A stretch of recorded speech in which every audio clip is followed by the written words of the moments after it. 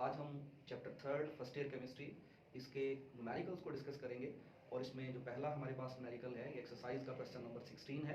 तो पहले हम इसकी स्टेटमेंट को देखते हैं। देखें, अगर हमें क्वेश्चन समझ आ रहा है ना तो फिर हम उसको आंसर कर सकते हैं। उसको उसको जो है वो अगर हमें स्टेटमेंट का पता होगा तो हम उसका प्रॉपर आंसर दे सकते हैं। तो यहाँ हमारे पास स्टेटमेंट ये है, हीलियम गैस है हमारे पास और जिस कंटेनर के अंदर वो बंद है उस कंटेनर का जो टोटल वॉल्यूम है ना वो 100 सेंटीमीटर क्यूब है और उस टाइम पे जो उसका प्रेशर है वो है 500 टॉर। हमने क्या किया है कि ये हमारे पास हीलियम गैस यहां पे मौजूद है, इसका जो टोटल वॉल्यूम है हमारे पास हीलियम गैस का, सपोज कर लें यहां से लेकर यहां तक जो वॉल्यूम है वो हमें कितना गिवन है भला, ये है जी 100 सेंटीमीटर क्यूब। और इस टाइम पे जो इसका प्रेशर है सिलेंडर की दीवारों पे, जो हीलियम का प्रेशर है, ये इस टाइम जो प्रेशर है ये है 500 टॉर। मतलब ये वॉल्यूम की वैल्यू है, इसे हम V1 मानेंगे और ये प्रेशर की वैल्यू है, इसे हम P1 मानेंगे। तो ये कितनी है भाई, ये है हमारे पास 500 टॉर, ये है जी V1 और ये है हमारे पास P1। अब हमने किया क्या है, ट्रांसफर्ड किसके अंदर वाला, कंटेनर में जिसका वॉल्यूम कितना है वाला 250। मैंने ना इसी गैस को उठा के एक दूसरे सिलेंडर के अंदर ट्रांसफर किया है और जिसका वॉल्यूम जो है ना वो कितना है वाला 250। मतलब यही गैस आपने उठाई है और आप ना इस गैस को यहां पे लेके चले जाओ और इसका वॉल्यूम आपने 100 से कितना कर दिया है, आपने 100 से कर दिया है वॉल्यूम, ये सारा इसका वॉल्यूम है जी और ये कितना है 250 सेंटीमीटर क्यूब। अब हमें बताना है कि अगर हम ये काम करें कि हम ना 100 सेंटीमीटर क्यूब हीलियम गैस जिसका प्रेशर अभी फिलहाल इतना है, इसे हम एक नए सिलेंडर में ट्रांसफर कर दें और वहां उसका वॉल्यूम बढ़ गया, कितना हो गया वाला 250। तो वॉल्यूम अगर बढ़ गया, इन हालात में हमें बताना है कि न्यू प्रेशर क्या होगा। मतलब ये हमारे पास V2 है, कितना है वाला 250 सेंटीमीटर क्यूब। और हमें बताना है कि जब हमने इसे दूसरे बर्तन में ट्रांसफर किया है तो जब इसका वॉल्यूम 250 हो गया, अब इसका प्रेशर कितना होगा ये हमें पता करना। लेकिन इसके लिए ना उसने हमें दो कंडीशंस दी हैं। कहते हैं पहली बार आप ट्रांसफर करो और ये चीज माइंड में रखो कि टेंपरेचर में ना चेंज नहीं आ रहा, और दूसरी बार आप यही ट्रांसफर करो और टेंपरेचर में चेंज आ रहा है। और कितना चेंज आ रहा है, वो 20 से 15, मतलब वो टेंपरेचर में 5 का क्या आ रहा है वाला ड्रॉप आ रहा है, टेंपरेचर में कमी आ रही है। तो एक टेंपरेचर कांस्टेंट है पहली कंडीशन के मुताबिक, तो बॉयज लॉ के मुताबिक हम फार्मूला यूज कर सकते हैं P1 V1 equals to P2 and V2। अब हमें यहाँ पे तीन चीजें बताई गई हैं, पहले वॉल्यूम बताया गया है, प्रेशर बताया गया है, बाद वाला जो है वो वॉल्यूम बताया गया है और हमें न्यू प्रेशर पूछा हुआ कितना। मतलब मुझे ना P2 पता करना, तो मैं V2 से डिवाइड करूंगा तो P1 V1 divided bye V2, तो ये आ जाएगा मेरे पास क्या वाला P2। तो मुझे P2 की वैल्यू पता करने के लिए क्या चाहिए, मुझे P2 पता करने के लिए तीन चीजें चाहिए। तो मैंने यही किया कि जो न्यू प्रेशर है वो पता करने के लिए P1 जो कि 500 है, ये मैंने यहां लिख दिया 500, और V1 जो कि मेरे पास कितना है भला 100 सेंटीमीटर क्यूब, डिवाइड में कर रहा हूं किससे भला 250, जो मेरे पास नया वॉल्यूम ये। तो यहां पे 250 से क्या कर दिया भला, तो ये हम इसको यहां पे एक से जो है वो जीरो इसके साथ कैंसिल कर देते हैं, ये 25 है, ये 50 है, ये हमारे पास 2 है। तो ये ना जो हमारे पास न्यू प्रेशर है ये आ गया 200 क्या भला टॉर। तो इसको ट्रांसफर करें, इसका वॉल्यूम 100, इसका प्रेशर तब इतना, इसको ट्रांसफर भी करूं और इसका वॉल्यूम इतना हो जाए और साथ में टेंपरेचर भी बदल जाए। कितना हो जाए कि जब शुरू में यहाँ ये गैस यहाँ पड़ी है ना हीलियम, इन हालात में तो इसका जो टेंपरेचर है ना ये ज्यादा है, कितना है 20 डिग्री सेल्सियस, और जब हमने यहाँ पे ट्रांसफर किया इसको तो इसका टेंपरेचर हो गया 15 डिग्री सेल्सियस। अब मुझे बताना है कि इन हालात में जो नया प्रेशर होगा वो कितना होगा। अब ना सिर्फ ये काम हो रहा है कि आप गैस को ट्रांसफर कर रहे हो, वॉल्यूम भी इंक्रीज हो रहा है, टेंपरेचर डिक्रीज हो रहा है और प्रेशर आपने कैलकुलेट करना है। अब भी हम बॉयल्स लॉ ही लगाएंगे, लेकिन यहां पे हम देखेंगे कि फिर टेंपरेचर कांस्टेंट नहीं है तो फिर जो बॉयल्स लॉ की कौन सी मैथमेटिकल फॉर्म यूज होती है, तो वो हमारे पास है क्या वाला, वो हमारे पास है P1 V1 divided by T1 equals to P2 V2 over T2। अब हमारे पास टेंपरेचर की जो पहली वैल्यू है जिसे मैं क्या बोलूंगा वाला T1, ये टेम्परेचर की दूसरी वैल्यू है, इसे मैं बोलूंगा T2। अब मेरे पास दो टेम्परेचर हैं, दो वॉल्यूम है, एक प्रेशर। टोटल इस इक्वेशन में हमारे पास कितनी है भला? There are 6 parameters in this equation, और हमें कोई से 5 चीजें बताओ तो 6 वैल्यू हम आसानी से कैलकुलेट कर सकते हैं। तो यहां देख लें, दोनों टेम्परेचर, दोनों वॉल्यूम, एक प्रेशर, ये हमें पता करना है, ये पता। तो इसका फार्मूला बना ले पहले हम। तो देखें भाई, अगर मैं T2 से मल्टीप्लाई करूं और V2 से डिवाइड करूं तो ये इक्वेशन बन जाएगी मेरे पास, क्या बना? P1 V1 divided by T1 multiplied with T2, और इससे डिवाइड कर दूंगा तो ये मेरे पास क्या आ जाएगा भला? ये आ जाएगा P2।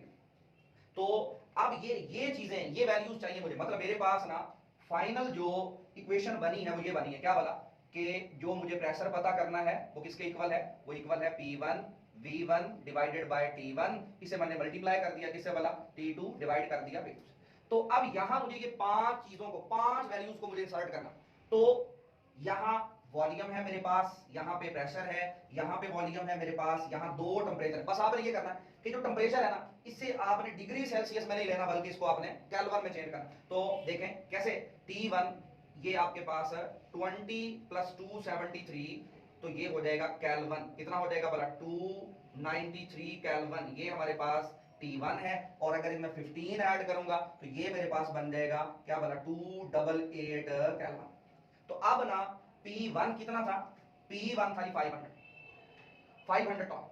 V1 कितना था? 100। T1 कितना है? 293 केल्विन। T2 कितना है? T2 है जी 288 केल्विन, और V2 कितना है? 250। तो यहां अगर हम इसको सॉल्व करते हैं तो हमारे पास आंसर आता है 196 पॉइंट, ये हमारे पास टॉर में इसका प्रेशर आता है। इसका मतलब ये हुआ कि अभी हमने इसका आंसर निकाला था 200, लेकिन जब टेम्परेचर में चेंज नहीं आ रहा था, अब ना हमने गैस को एक्सपेंड भी किया है और साथ साथ से कूल भी किया है, मतलब उसका टेम्परेचर ड्रॉप भी हुआ है। तो इस लिहाज से जो अब आ रहा है वो प्रेशर क्या आ रहा है भला? वो कम आ रहा है, 200 से कम आ रहा है। मतलब अगर न्यूमेरिकल नंबर 17 है एक्सरसाइज का, और इसमें हमें डेंसिटीज की बात करनी है, और लेकिन ये चीज ध्यान में रखिएगा कि किलोग्राम पर मीटर क्यूब के अंदर हमें बतानी है, और प्रेशर भी हमें जो है वो स्टैंडर्ड जो प्रेशर है वो बताया गया है, और टेम्परेचर भी बताया गया है, और साथ में बताया गया कि जो मॉलिक्यूलर मैसेज लेने ना हमने गैसेस के, वो हमने लेने हैं किलोग्राम पर मोल के अंदर। तो सबसे पहले हम देख लेते हैं फार्मूला क्या होता है डेंसिटी का। तो density equals to Pm over RT। किसी भी गैस की डेंसिटी पता करनी है हमें 4 चीजें पता होनी चाहिए। हमें प्रेशर पता हो, हमें मोलर मैस पता हो, हमें आर की वैल्यू जुबानी याद होनी चाहिए, और टेम्परेचर। तो आपके पास प्रेशर भी और टेम्परेचर भी मौजूद है। तो हमें बस 2 चीजें, एक हमें कि हमें आर की वैल्यू कौन से वाली यूज करनी है, और हमारे पास मोलर मैस, मतलब हम किस गैस की बात कर रहे हैं। तो हमारे पास 3 गैसेस के बारे में उसने पूछा है, मीथेन, ऑक्सीजन और हाइड्रोजन के बारे में। तो हम इसी फार्मूले को 3 बार यूटिलाइज करेंगे। पहले हम बात करते हैं मीथेन के लिए। तो डेंसिटी फॉर मीथेन, अगर मैं इसे सॉल्व करता हूं मीथेन के लिए, CH4 के लिए, तो पहले ना मुझे इसका मोलर मैस भी चाहिए, और चाहिए भी किसके अंदर? किलोग्राम पर मोल के अंदर। तो कार्बन का हमारे पास, और इसमें 4 ऑक्सीजन, हाइड्रोजन है सॉरी, तो इसमें हम ऐड करेंगे तो टोटल मेरे पास कितना बना? 16, लेकिन ये है ग्राम पर मोल। अब मुझे ना इसे कन्वर्ट करना है किलोग्राम पर मोल के अंदर। तो मैं अगर इसे 1000 से डिवाइड कर दूं तो ये आ जाएगा 0.016 किलोग्राम पर मोल। तो इसी तरह से अगर हम बात करें ऑक्सीजन की, तो इसका 32 है, लेकिन ये है ग्राम पर मोल। इसे भी हम 1000 से डिवाइड करेंगे और ये आ जाएगा 0.032 किलोग्राम पर मोल। सिमिलरली जो मेरे पास हाइड्रोजन है, हाइड्रोजन का 2 ग्राम पर मोल हमारे पास मोलर मैस होता है, और हमने इसे किलोग्राम में कन्वर्ट करना है, तो ये 0.002, ये क्या आ जाएगा? किलोग्राम पर मोल। तो अब मोलर मैसेज मेरे पास आ चुके हैं, और हैं भी किसके अंदर? किलोग्राम पर मोल के अंदर। मैंने आपको बताया P होना चाहिए, M होना चाहिए, R और T होना चाहिए। तो हमारे पास टेम्परेचर ऑलरेडी केल्विन में है, तो इन तीनों के लिए हमें ये वाला फार्मूला यूज करना है बारी बारी, और हमने डेंसिटी की वैल्यू निकालनी। लाइक अगर हम मीथेन के लिए डिस्कस करें डेंसिटी फॉर मीथेन, तो D इक्वल्स टू प्रेशर की यही वाली वैल्यू आप लोग लिखोगे 101,325 न्यूटन पर मीटर स्क्वायर। उसके बाद Pm मोलर मैस मीथेन का जो आपने किलोग्राम पर मोल में निकाला है, ये आप लिखोगे 0.016, और डिवाइड करोगे R की वैल्यू, क्योंकि आप प्रेशर और टेम्परेचर को SI यूनिट्स में ले रहे हो, तो यहाँ जो R की वैल्यू है वो आएगी 8.3143। और नेक्स्ट हमें क्या चाहिए, टेम्परेचर, तो ये आ गया 273 का। तो अगर यहाँ मैं देखूं तो यहाँ से मेरे पास मीथेन की डेंसिटी कितनी आएगी भला, 0.714, और ये हमारे पास डेंसिटी किन यूनिट्स के अंदर आएगी, स्टेटमेंट में हमें वो गिवन है। तो यहाँ पे डेंसिटी अगर मुझे फाइंड करनी है ऑक्सीजन की, अगेन यही प्रेशर में लिखने वाला हूं, अगेन मोलर मास बस बदलना है मुझे, बाकी यही फार्मूला आएगा। मोलर मास क्या है भला, ऑक्सीजन का 0.032 डिवाइडेड बाय वही R की वैल्यू और मल्टीप्लाई करोगे वही आपके पास क्या भला, टेम्परेचर। इसी तरह आप डेंसिटी फाइंड कर लोगे हाइड्रोजन की, यही वैल्यू लेंगे आप लोग, और मोलर मास आपने अब हाइड्रोजन का R की वैल्यू बिल्कुल सेम टू सेम वही है, और टेम्परेचर आपके पास क्या है भला, 273।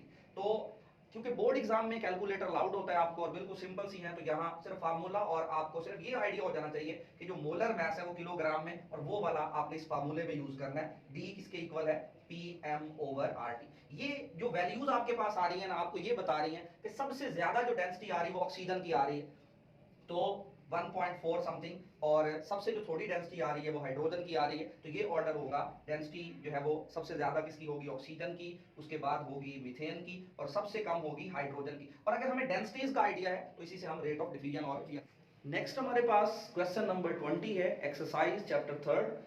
इसकी स्टेटमेंट को हम इस तरह से समझते हैं कि हमारे पास एक कंटेनर है, उसमें नाइट्रोजन और हाइड्रोजन के मैसेज हमें बताए गए हैं 2 ग्राम और 8 ग्राम, इतने टेम्परेचर पे और इतने वॉल्यूम पे। ये हमारे पास क्या मौजूद है, ये हमारे पास टेम्परेचर है, ये वॉल्यूम है, ये दोनों गैसेस के क्या हमें बताए गए भला, मैसेज, ये हमें मैस बताया। अब हमें ये पता करना है कि ये दोनों गैसेस मिलके इस सिलेंडर की दीवारों पे कितना प्रेशर एक्सर्ट कर रही है, ये हमें फाइंड करना। तो यहां पे हम अप्लाई करेंगे क्या भला, PV equals to nRT, general gas equation. तो यहां अगर मुझे प्रेशर चाहिए तो मैं क्या करूंगा, मैं V से डिवाइड कर दूंगा, तो मेरे पास आ जाएगा nRT डिवाइडेड बाय V। अब यहां टेम्परेचर तो है मेरे पास, ये चीज तो है मेरे पास, वॉल्यूम भी है मेरे पास, नंबर ऑफ मोल्स नहीं है, R की वैल्यू हमें ज़बानी याद। तो मतलब अगर ये चीजें मेरे पास मौजूद होंगी तो मैं पता कर सकता हूं कि इस सिलेंडर की दीवारों पे टोटल कितना प्रेशर लग रहा है। तो इसके लिए मुझे मैसेज मालूम है, तो मैं क्या करूंगा, पहले नाइट्रोजन के अलग से मोल फाइंड करूंगा, फिर हाइड्रोजन के मोल, फिर उन दोनों को ऐड करूंगा। तो वो जो टोटल मोल की वैल्यू है वो मैं यहां लिखूंगा, R की वैल्यू लिखूंगा, और इसमें इससे क्या कर लूंगा, इसे सॉल्व कर लूंगा। लाइक अगर मुझे नंबर ऑफ मोल्स फाइंड करने हैं तो हमें पता है ना, नंबर ऑफ मोल्स क्या होते हैं, नंबर ऑफ मोल्स किसी भी चीज के मैस ओवर मोलर मास। तो यहां मैं अगर हाइड्रोजन की बात करूं तो ये number of moles of hydrogen, ये क्या होंगे, 2 डिवाइडेड बाय 2 इक्वल्स टू 1। तो ये ना इस मिक्सचर में हाइड्रोजन के मोल मेरे पास आ गए। इसी तरह नंबर ऑफ मोल्स अगर मैं पता करूं नाइट्रोजन के, तो ये क्या देंगे, जो गिवन मास है ये 8 है डिवाइडेड बाय 28। तो इससे हमने सॉल्व करना है, और ये हमारे पास आ जाएंगे 0 पॉइंट समथिंग, 0.286 आई थिंक। तो अब मुझे टोटल नंबर ऑफ मोल पता करना, टोटल नंबर ऑफ मोल्स। तो टोटल नंबर ऑफ मोल्स दोनों का सम कर लें, तो ये हमारे पास 1, और ये ऐड करूंगा इसमें 0.286, तो ये आ जाएगा 1.286। ये हमारे पास क्या आ गए, ये नंबर ऑफ मोल्स आ गए, ये n की वैल्यू। अब n की वैल्यू और R की, T और V की वैल्यूज पुट कर दें, और आपके पास ये क्या है भाई, n की वैल्यू 1.286 और R की वैल्यू 0.0821। हमने R की जनरल गैस कांस्टेंट की वैल्यू के बारे में पढ़ा हुआ है कि अगर हमारे पास वॉल्यूम हो डेसीमीटर क्यूब में और हमारे पास टेम्परेचर हो केल्विन में, तो हम लोग जो आर की वैल्यू यूज करते हैं वो ये वाली होती है। तो बाकी हमारे पास जो टेम्परेचर है वो 273 केल्विन, और इसे वॉल्यूम से हम करेंगे डिवाइड, तो हमारे पास जो प्रेशर आएगा वो 2.88 atm आएगा। ये प्रेशर के यूनिट होंगे। होप आप लोगों को ये समझ आया होगा। मिलते हैं नेक्स्ट